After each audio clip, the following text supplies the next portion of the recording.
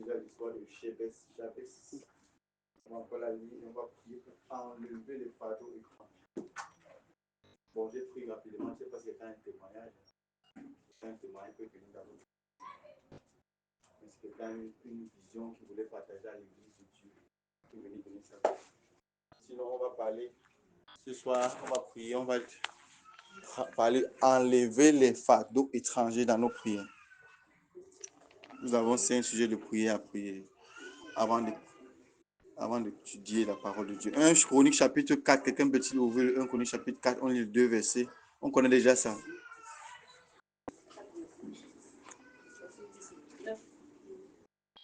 1 Chronique chapitre 4, verset 9, je lis au nom de Jésus. Amen. Il fit le pavé des sacrificateurs. 1 Chronique chapitre 4. Jabès était. Maman, lis s'il te plaît.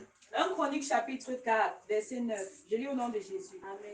Jabès était plus considéré que ses frères. Sa mère lui donna le nom de Jabès en disant, c'est parce que je l'ai enfanté avec douleur. Verset 10. Jabès invoqua le Dieu d'Israël en disant, si tu me bénis et si tu étends mes limites, si ta main est avec moi, et si tu me préserves du malheur, en sorte que je ne sois pas dans la souffrance. Et Dieu accorda ce qu'il avait demandé. Amen. Amen. Jabès a brisé le fardeau qui a été transféré dans sa vie par sa maman. Toi et moi, nous allons briser les fardeaux spirituels qui ont été transférés dans nos vies par nos parents. Amen.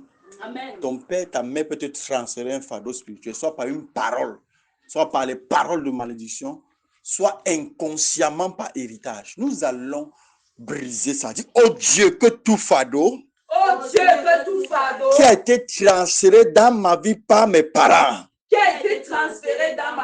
de façon consciente ou inconsciente, soit brisé. Aïe, aïe, aïe, aïe, aïe, aïe. Ouvre la bouche et prie au nom de Jésus. Les baragayabada, les cabrakata. Tout fardeau sur ma vie, oh Dieu. Les caparagado, qui a été transmis par mon père ou ma mère, de façon consciente ou inconsciente. In the mighty name of Jesus, be broken, be broken, be broken, be broken. Les baragada, les gozabaraga, le gozabrigele, egelegazobarraga yabada brigelegede, les baragado bara, gozabaraga yabada, les paragadokosa, ekora bakota para, les brakatoso. Be broken in the name of Jesus. Tout fardeau spirituel, de façon consciente ou inconsciente, oh Dieu, les cabaragada, break all on, break all on. Makato, lekota, rikoso, lekete, leko, manderibo kotosa, le bragado sapa, leko paragado, le bragado kose, manderibra kalogo zapa, leko brakato saka, le brakato sokapara, leko paragado, manderiba kala, le bragado so, le kaparagado, le brakayagado, leko paragada, le brakato. Zebara lokoto manderiba kadose. Je brise au nom puissant de We block and Holy Spirit. Le para librogodose, le brakayagado, le brakato saka, ozamaragadoze, le kabrakato sakapa, le brakato sakapa, le brakatose, manderibaka. Holy Spirit, I pray in the name that is above every other name. Le baragadoza bragada. Thank you, Lord. au nom puissant de Jésus. Break, oh Lord. Le kapa, le kota baragado, le kobragado sakapa, le kopregede setepa, le kobraga yabada, le braka yagatopo, le brakato sakapa, le brakato sokapaya, le koparagado, liga bragado se, okoparagada, le kaparagado, zobaragado, le baragado, robaragado, le baragado, le caparagada, le porogo dese. In Jesus' name, in Jesus' name, in Jesus' name. Je prie, je brise ce fardeau. Je les brise au nom de Jésus. Au nom de Jésus. Au nom de Jésus. Au nom puissant de Jésus. Thank you, Lord. Amen. Dis, oh Dieu, comme je prie, que tout fardeau posé sur ma vie, par les malédictions, soit brisé. Ouvre la bouche, libère la prière. Malédiction, oh Dieu, qui a été imposée dans ma vie comme fardeau. Break in the name of Jesus. Les cabaragado, sabaragado, les bragado, cabregelegede, les cabragado, caparagado, les bracayagado para. Oh Lord, I pray. Manderibaka, Ozabaragado, les bragado capa, les coparagada, yoko bregedege, le cabragado seke. Soit brisé ce soir au nom de Jésus. Aïe, aïe, aïe, aïe, aïe, aïe, aïe, aïe, aïe, aïe, aïe. Par les malédictions, be broken, be broken, be broken, be broken, be broken, be broken. Les cotades, les cosabracada, les brocotosé, les brocotosé, les bracatosa cabaya, les bracadosa capara, les coparagado. Oh Lord, in the name of Jesus. Amen. Numéro 3, oh Dieu, que tout fardeau posé sur ma vie, par la terre et les autels de mon village, sois brisé quand je prie. Ouvre la bouche et prie maintenant.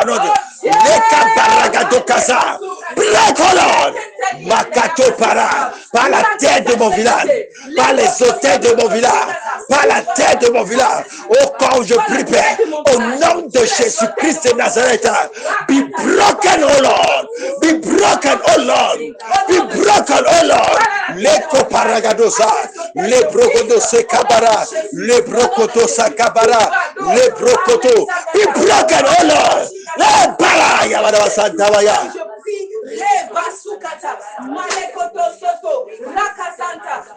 Mokata baragato, zebragato kasa, le cabragato sakapa, le coparagadose, manderibo kotopa, ozabaragato, zebrgateke, ogolago zebrgate, akareboko yabada. Oh, let be broken. In Jesus' name. Numéro 4, oh Dieu, que tout fardeau posé sur ma vie, par les hommes forts et les femmes fortes, soit brisé au nom de Jésus. Ouvre la bouche et libère la prière. Au caparagada. Father, we pray in the name of Jesus. Tout posé, fardeau posé sur ma vie, par les hommes forts, aïe, aïe, aïe, aïe, aïe, et les break, oh Lord, I break them. I break them forever. I break them and I kill them. I break them and I kill them. I break them and I kill them. I break them and I kill them. I kill them. I kill them. I kill them, oh Lord. Mokatapara, le cobregede, le cabracato, le bracayagado, le caparagado, le bracatabayagada, le brocodo se capara, le bracayagado. I break them and I kill them in the name of Jesus. And I break them and I kill them in the name of Jesus. I kill them in the name of Jesus. Le paragada yabada, le caparagayabada. In Jesus' name. Oh Dieu, comme je prie, tout fardeau posé sur ma vie par les songes, les cauchemars, les mauvais rêves, soient brisés au nom de Jésus. Ouvre la bouche et prie au nom de Jésus. Be broken in the name of Jesus. Les capara, zoparagado, les paragado, les porocotapara. Hey! In the mighty name of Jesus, I curse you. I curse you. I curse you. In the name of Jesus Christ. The name of Jesus Christ. Par les mauvais rêves, par les cauchemars, par les songes, oh Dieu. Comme je prie, oh Dieu, je brise. Père, je brise. Père, je brise. Père, je brise. Père, je brise. Père, je brise. Père, je brise. Père, je brise. Au nom de Jésus de Nazareth. Amen. Nous allons activer la multiplication de cette RMC. Alléluia. spirituel, matériel, financier, physique. Alléluia, ouvre la bouche et prie maintenant au nom de Jésus. Mokabrakato kasaba. In the mighty name of Jesus.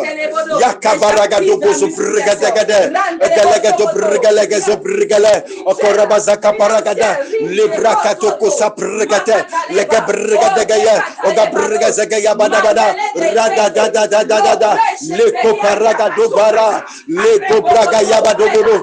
Le braga yabado barabaya. Le brododo santa rebababa. Leko paragado gayabada. Le cabragado santa rababa. Le cabaragado sabraga yabada.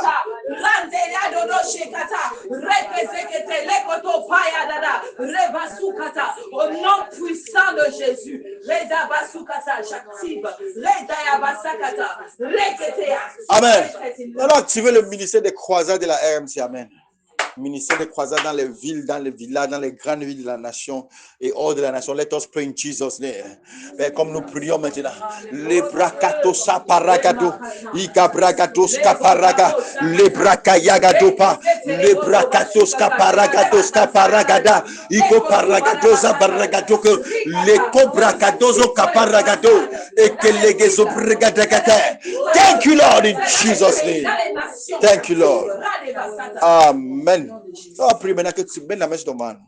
Ce qui a été planté dans mon ventre. Pour me faire échouer. Pour me donner la honte. Sois déraciné et meurs. Et que tes effets soient annulés ce soir. Oh la bouche, prie dans ton ventre. Prie dans ton ventre. Les caparagadosa brigadekete. Ekelebogagada brigalegado bara. Ekelegado brigalegado baragada. Ekelegado brigalegado baragada. Ekelegado brigalegado bayagada. Ekelegado brigalegado yabada. Ekelegado brigalegado yabada. Ekelegado brigalegado yabada. Tes effets soient totalement annulés ce soir. Au nom de Jésus. Au nom de Jésus, nous avons prié. Amen. Toi et moi, nous avons prié. C'est oui et amen. Amen. Que la paix soit avec toi. Amen. Assieds-toi dans la présence de Dieu. Allons dans 1 Samuel 30, verset 1 à 31. Bon, c'est une longue histoire. On va essayer de lire rapidement. L'enseignement qu'on ouvre aujourd'hui, c'est Right Mindset. Right, R-I-G-H-T. Mindset, c'est M-I-N-D-S-E-T. Right, c'est R-I-G-H-T. Ça veut dire la bonne. Bon, mindset, modèle de pensée, le bon modèle de pensée ou la bonne façon de penser. Right mindset. On commence ça aujourd'hui. Ensuite, le service de Saint-Étienne, ainsi de suite, ainsi de suite. 1 Samuel 30, on lit à partir du verset 1. On va lire en sautant. Parce que c'est toute une histoire. 1 Samuel 30. Lorsque David arriva le 3e jour à Tsiklag avec ses gens, les Amalécites avaient fait une invasion dans le Midi et à Tsiklag. Ils avaient détruit et brûlé Tsiklag. Après avoir fait prisonniers les femmes et tous ceux qui s'y trouvaient, petits et grands, ils n'avaient tué personne, mais ils avaient tout amené et s'étaient remis en route. David et ses gens arrivèrent à la ville et voici, elle était brûlée. Et leurs femmes, leurs fils, leurs filles étaient amenés captifs. Alors David et le peuple qui était avec lui élevèrent la voix et pleurèrent, jusqu'à ce qu'ils n'eussent plus la force de pleurer. Les 2 femmes de David avaient été emmenées, Achinoam et Jisraël, et Abigail Achinoam de Jisraël. Et Abigail de Carmel, femme de Nabal. David fut dans une grande angoisse, car le peuple parlait de le lapider, parce que tous avaient de l'amertume dans l'âme, chacun à cause de ses fils et de ses filles. Mais David reprit courage en s'appuyant sur l'Éternel son Dieu. Amen. Et il dit au sacrificateur Abiathar, fils d'Achimélec, apporte-moi donc les faux. Abiathar apportait les faux à David. Et David consulta l'Éternel en disant, poursuivrai-je cette troupe? L'atteindrai-je? L'Éternel me répondit, poursuis, car tu atteindras et tu délivreras. Et David se mit en marche lui et les 600 hommes qui étaient avec lui. Il arrivait au torrent de Bésor, où s'arrêtaient ceux qui restaient en arrière. David continua la poursuite avec 400 hommes. 200 hommes s'arrêtèrent, trop fatigués pour passer le torrent de Bésor. Ils trouvèrent dans le champ un homme égyptien qu'il conduisit auprès de David. Il lui fit manger du pain et boire de l'eau. Et il lui donnait un morceau d'une masse de figues sèches et 2 masses de raisins secs. Après qu'il eut mangé, les forces lui revinrent, car il n'avait point pris de nourriture et point bu d'eau depuis 3 jours et 3 nuits. David lui dit, à qui es-tu et d'où es-tu? Il répondit, je suis un garçon égyptien au service d'un homme amalécite. Et voilà 3 jours que mon maître m'a abandonné parce que j'étais malade. Nous avons fait une évasion dans le midi des Kérétiens sur le territoire de Juda et au midi de Caleb. Et nous avons brûlé Tiklan. David lui dit, veux-tu me faire descendre vers cette troupe? Et il répondit, jure-moi par le nom de Dieu que tu ne me tueras pas et que tu ne me livreras pas à mon maître, et je te ferai descendre vers cette troupe. Il lui servit ainsi de guide. Et voici, les Amalécites étaient répandus sur toute la contrée, mangeant, buvant et dansant à cause du grand butin qu'il avait enlevé du pays des Philistins et du pays de Juda. David les battit depuis l'aube du jour jusqu'au soir du lendemain, et aucun d'eux n'échappa, excepté 400 jeunes hommes qui montèrent sur des chameaux et s'enfuirent. David sauva tout ce que les Amalécites avaient pris, et il délivra aussi ses 2 femmes. Il ne leur manqua personne, ni petit ni grand, ni fils ni fille, ni aucune chose du butin, ni rien de ce qu'on leur avait enlevé. David ramena tout. Et David prit tout le menu et le gros bétail, et ceux qui conduisaient ce troupeau et marchaient à sa tête disaient, c'est ici le butin de David. David arriva auprès des 200 hommes qui avaient été trop fatigués pour le suivre et qu'on avait laissés au torrent de Bésor. Il s'avançait à la rencontre de David et du peuple qui était avec lui. David s'approcha d'eux et leur demanda comment ils se trouvaient. Tous les hommes méchants et vils parmi les gens qui étaient allés avec David prirent la parole et dirent, puisqu'ils ne sont pas venus avec nous, nous ne leur donnerons rien du butin que nous avons sauvé, sinon à chacun sa femme et ses enfants, qui les amenaient et s'en aillent. Mais David dit, n'agissez pas ainsi, mes frères, au sujet de ce que l'Éternel nous a donné, car il nous a gardés et il a livré entre nos mains la troupe qui était venue contre nous. Et qui vous écouterait dans cette affaire? La part doit être la même par celui qui est descendu sur le champ de bataille et pour celui qui est resté près des bagages. Ensemble, ils partageront.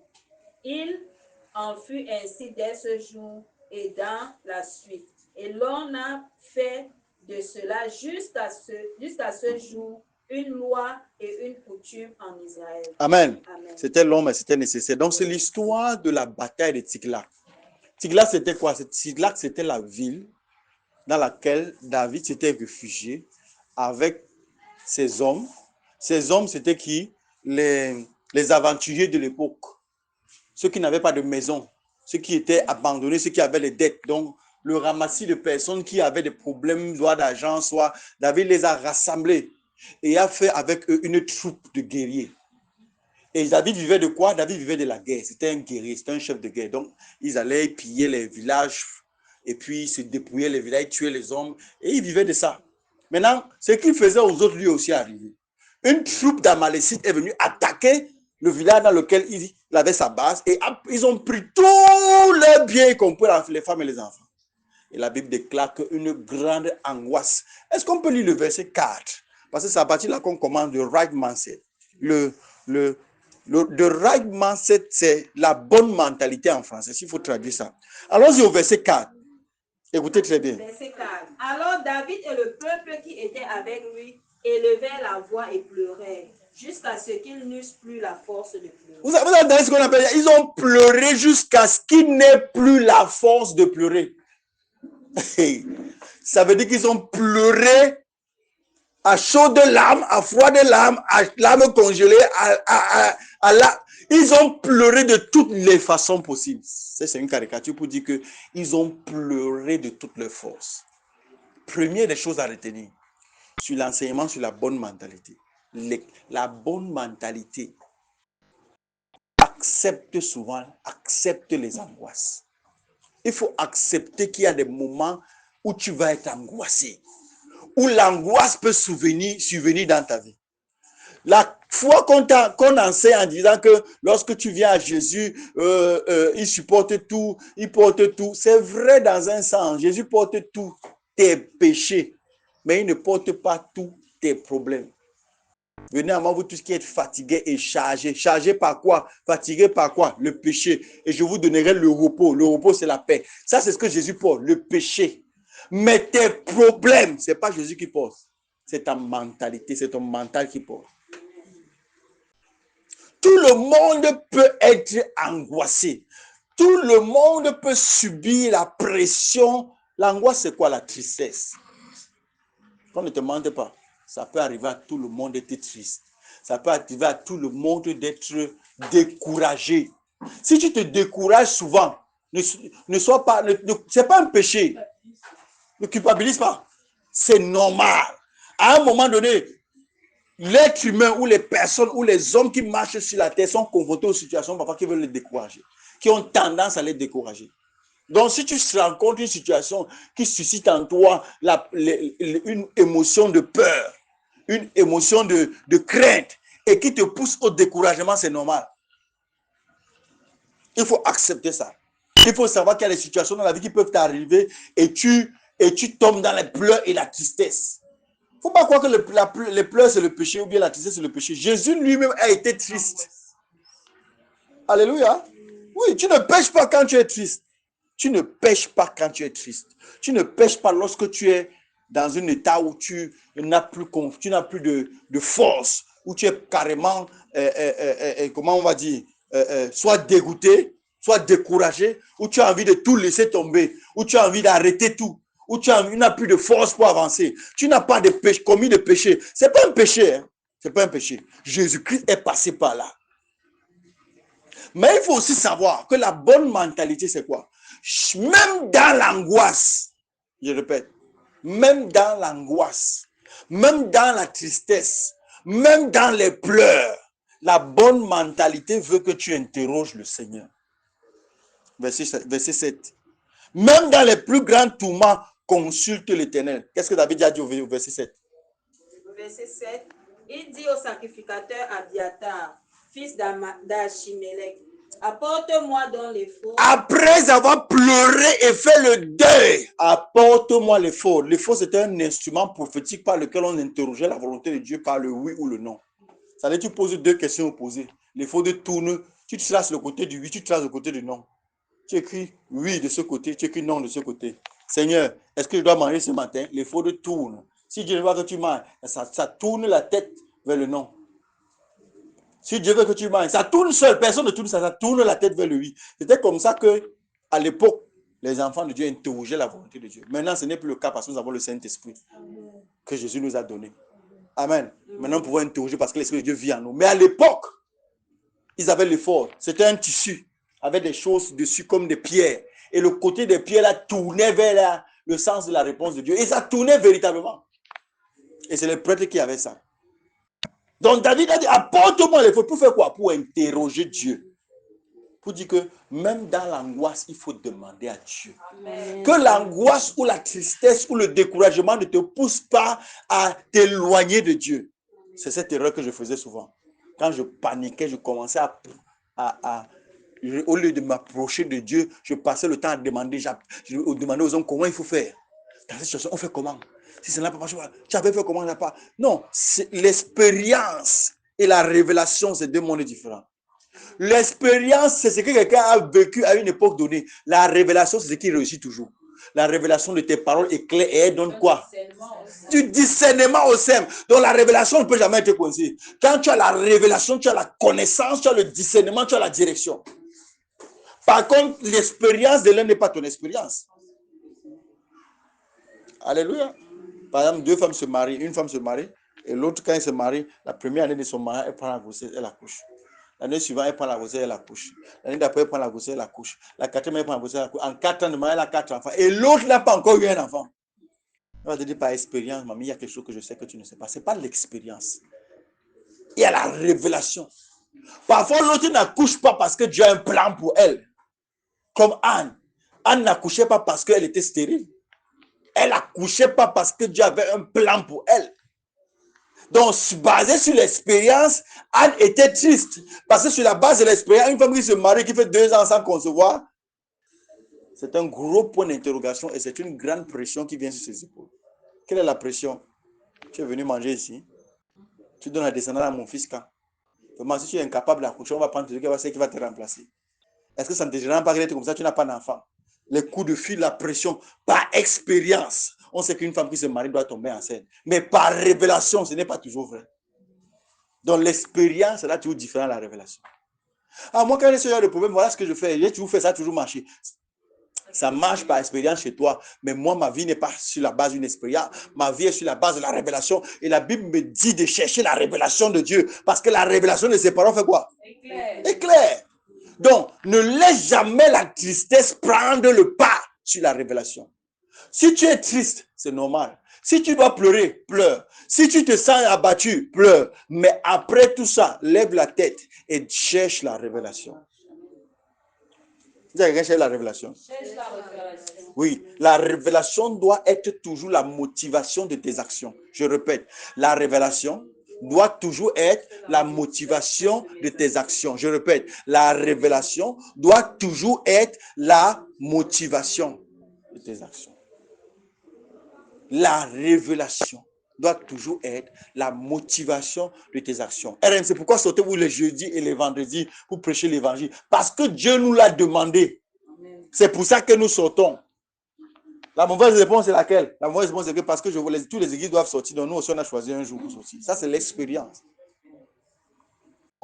On a vu que les églises sortent pour évangéliser et quand elles sortent pour évangéliser, elles gagnent les âmes. Donc du coup, nous aussi on suit.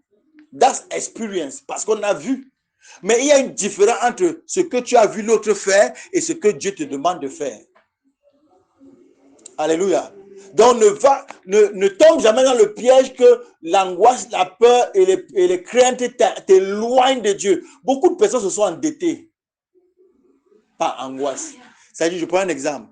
Tu as un problème financier et l'échéance est proche et tu commences à avoir peur de ce qui va arriver si tu ne payes pas, n'est-ce pas? Tu commences à trembler sur ce qui va arriver si tu ne payes pas. Tu commences à avoir peur, tu commences à trembler, tu commences à avoir peur, tu commences à trembler. Et à un moment donné, quelque chose te dit que par expérience, quand tu as des problèmes financiers, emprunte ici pour d'abord résoudre ce problème et après quand tu auras, tu vas rembourser.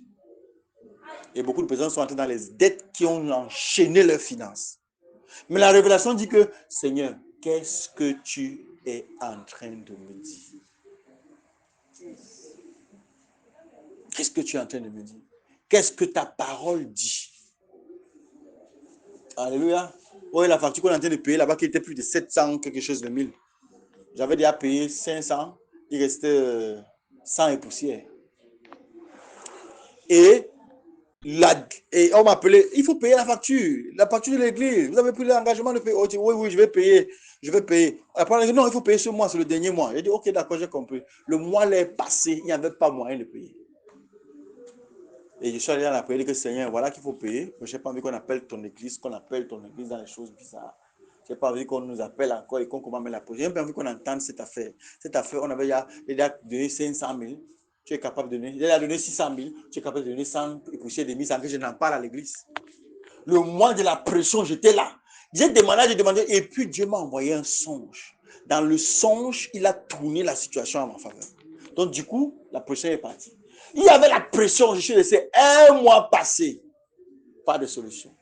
Une semaine, un mois. Pas de solution physique. Mais la révélation était ma force.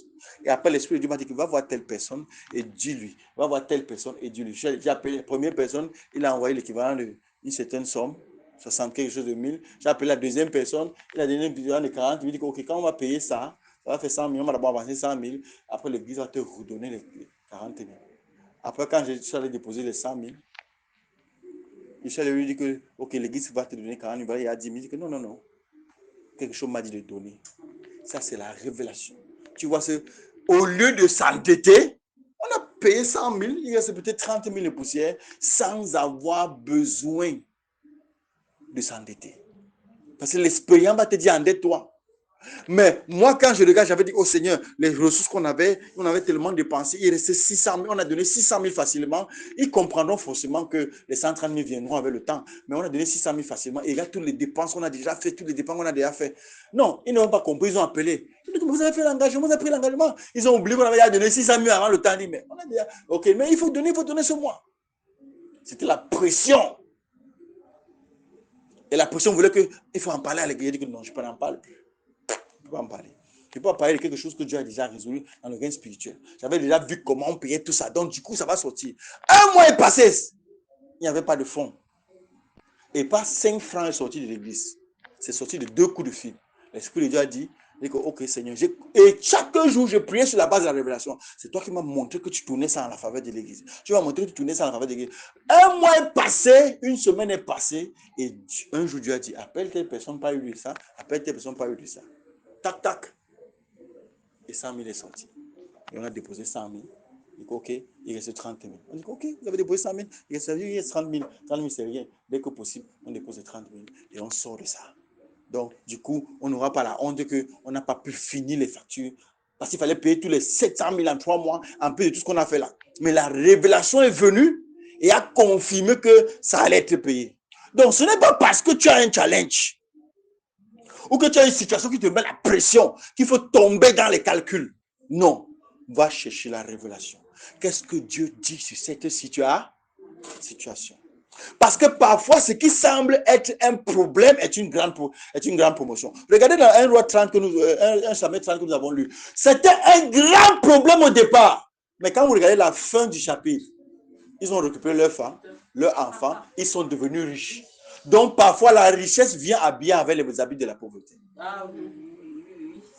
C'est ce que Dieu est en train de nous dire ici. Que la richesse et la gloire portent souvent au départ les habits de quoi? De la pauvreté et de la stagnation. Donc, ce n'est pas parce que tu es challengé dans un domaine de ta vie que tu vas courir pour aller chercher l'expérience des hommes.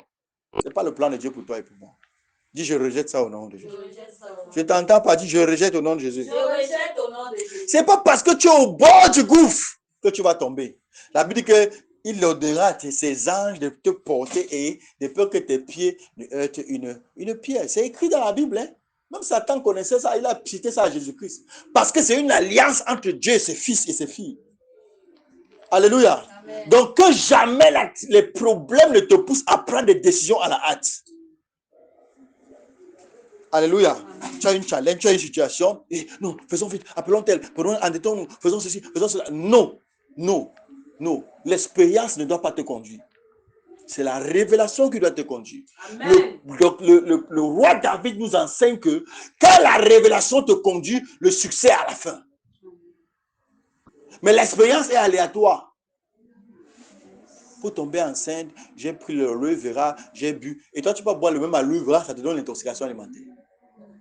Toutes les expériences ne sont pas égales, n'est-ce pas? Hein? Oui. Par expérience, on appelait Anne stérile, sans espoir. La Bible dit que Pénina appuyait là où ça fait mal. Tu imagines? On dit que Pénina la mortifiait. Le mot français là est fort. Hein? Ça dit que Pénina chaque jour se rassurait qu'elle lui a rappelé qu'il n'y a pas d'enfant dans sa maison. Kai. My God. My Jesus. My Jesus.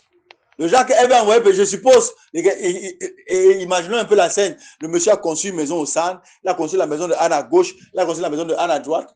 Quand Anne se lève, elle va appeler le fils de Pénina. Eh, mon fils, s'il te plaît, cherche plus-moi l'eau là pour. Elle dit, hé, ne mange pas mon enfant, accouche-toi pas avant de faire ça. Passe ici. Tu imagines, elle dit que Pénina la mort. Donc, pour la vie de Anne n'était que humiliation, souffrance et pleurs. Peine, pleurs, souffrance et humiliation. Mais toutes ces peines-là, c'était un prophète qui portait le mauvais habit. Karabasota bragada santa. Eko bragada. Donc Dieu avait envoyé le prophète dans le ventre d'une femme qui pleurait tous les jours, sauf que le prophète portait l'habit de l'humiliation. Il y a un homme de Dieu, papa, au moins au Pâques, notre Père à tous, qui avait dit en anglais que every challenge is an angel coming to you with a wrong dress. Que les challenges, les problèmes, c'est un ange qui vient vers toi habillé avec un mauvais vêtement, habillé avec un vêtement wrong dress, un mauvais vêtement. C'est-à-dire, par exemple, c'est l'ange de Dieu qui vient avec toi, mais il vient sur les vêtements où tu vois problème, challenge, souffrance. Alléluia. Amen. Donc, la bonne mentalité, c'est de ne pas céder. De ne pas céder à la pression des challenges dans ta vie. Ne cède pas. Ne cède pas à la pression. Quand il dit céder, ça veut dire que utiliser ta langue pour pécher, utiliser tes mains pour t'enchaîner, ou tes pieds pour aller entrer dans une prison. C'est comme ça que je dis. Non. De ne pas tomber dans la tentation de la facilité. Ne pas céder à la pression pour ne pas tomber à la tentation, dans la tentation de la facilité. La Bible dit que le roi David interrogea l'Éternel. Et s'il te plaît, il a interrogé l'Éternel au milieu d'une tentative d'assassinat. C'est-à-dire que ses compagnons se sont retournés contre lui, que si le monsieur, si nous n'avait pas mené à la guerre, certainement, on n'aurait pas perdu nos familles. Et même si on avait perdu, on n'aurait pas perdu tout. Tuons-le. Il entendait comment les gars planifiaient sa mort. Regarde, peu importe le bruit que font tes problèmes, ne perds jamais confiance à ton Dieu. Amen. Je répète, peu importe le bruit que font tes challenges, ne perds jamais une seule seconde confiance au Tout-Puissant. Ça, c'est la bonne mentalité. Peu importe le brouhaha de tes challenges, peu importe le brouhaha, peu importe la teneur et la force du bruit qui se dégage de tes challenges, ne perds jamais confiance à ton Dieu. Jamais.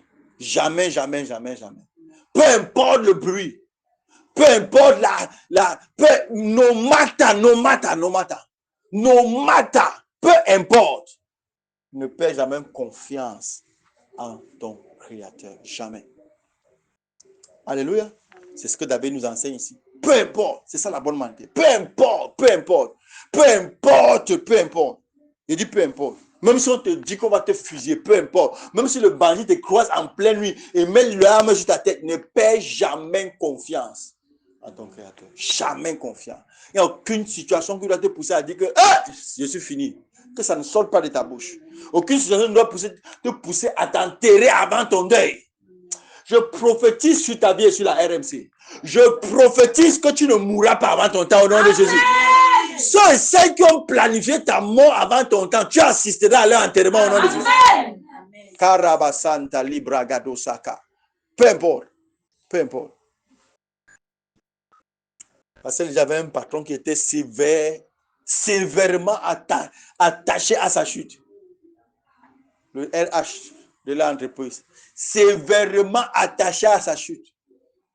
Donc, elle venait spécialement pour détruire. Parce qu'un jour, lui a donné une mise à pied de combien de jours? 3 jours? 2 jours.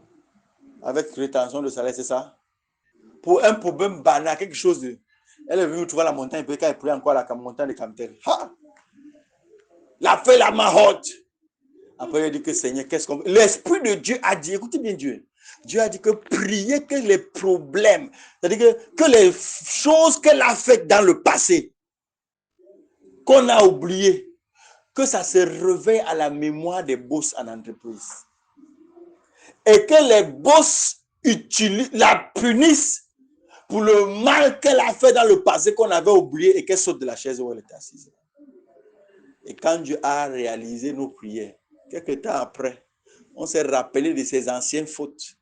Et le conseil de l'entreprise l'a affecté avec exécution immédiate. Le jour où l'affectation est sortie, on lui a donné jusqu'à 16 heures pour quitter, sinon on l'a renvoyé. Le jour où l'affectation est sortie, elle n'a pas eu 2 jours, elle n'a pas eu le temps de... On lui a donné jusqu'à 16 heures. Affectation ultra disciplinaire. Que madame, à partir d'aujourd'hui, vous n'êtes plus RH de cette entreprise. Vous êtes muté au poste de secrétariat. Et c'est avec effet immédiat à cause de ceci, cela. Et si vous, à 16 heures, vous n'avez pas quitté ce poste, on va maintenant transformer cette affectation en licenciement. Peu importe le bruit que font tes problèmes, ne perds jamais confiance en la puissance et à la fidélité de ton Dieu. Amen. Vous savez ce qui nous piège souvent? C'est que le problème semble tellement énorme qu'on n'a pas d'échappatoire. Il y a un échappatoire. C'est ce que Shadrach, Meshach et Abednego dit au roi, que même si on brûle là-bas dans tes trucs là, que tu as allumé là pour nous brûler, on ne peut pas adorer ton Dieu. Et même, il faut que tu saches que notre Dieu est capable. Je commande au nom de Jésus. Toi qui dois accoucher ton enfant, partout où on a enfermé ton enfant dans le règne spirituel, ou tes enfants, je commande toi femme, que le règne spirituel vomisse tes enfants et que tu accouches cette année au nom de Jésus. Non, il y a tout le temps pour que tu accouches cette année. Que tu conçois cette année et que l'année prochaine tu accouches au nom de Jésus. Amen. Partout où tes finances, où tes idées, où ton entreprise, où ton mariage, où ce qui t'appartient avait été enchaîné, je commande avec l'autorité du nom de Jésus, le nom qui est au-dessus de tout nom, que les entrailles de ces démons vomissent ta gloire. Amen. Et que tu reçoives ça au nom de Jésus. Amen. Hey, ce qui avait été bloqué dans ta vie revient avec vitesse installée dans ta vie. Et je voudrais que tu saches que si tu as perdu une opportunité, Dieu t'en donne 100. Amen. Parce que Dieu est le Dieu qui multiplie au centuple. Oh oui. Donc, si toute opportunité que tu avais perdue, par l'onction de cette soirée de prière et de délivrance, je commande que les entrailles de la géo satanique ou des géos sataniques qui retenaient des opportunités, que ces entrailles soient ouvertes. Amen. Et que ton opportunité revienne au centuple au nom de Jésus. Que tes opportunités reviennent au centuple au nom de Jésus. Peut-être on va dire que tu vas aller en santé et tes chances. Je commande que ta santé obéisse à cette parole ce soir. Amen. Je commande que tes finances obéissent à cette parole ce soir. Amen. Je commande que ton mariage obéisse à cette parole du Tout-Puissant ce soir au nom de Jésus. Amen. Nul d'entre nous ne sera plus esclave des entrailles des géants sataniques au nom de Jésus. Amen. Thank you, Lord. Donc, on s'arrête là pour aujourd'hui. Retiens ça. Retiens que les challenges, c'est normal.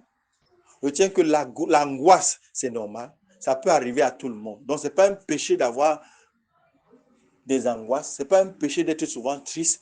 Ce n'est pas un péché d'être souvent découragé. Ce n'est pas un péché. Ça arrive à tout le monde. Mais sache que malgré la tristesse, malgré les angoisses, malgré les challenges, même notre Seigneur, malgré ces challenges, il ne faut jamais perdre de vue d'interroger le Seigneur pour savoir qu'est-ce qu'il dit, quelle est sa volonté.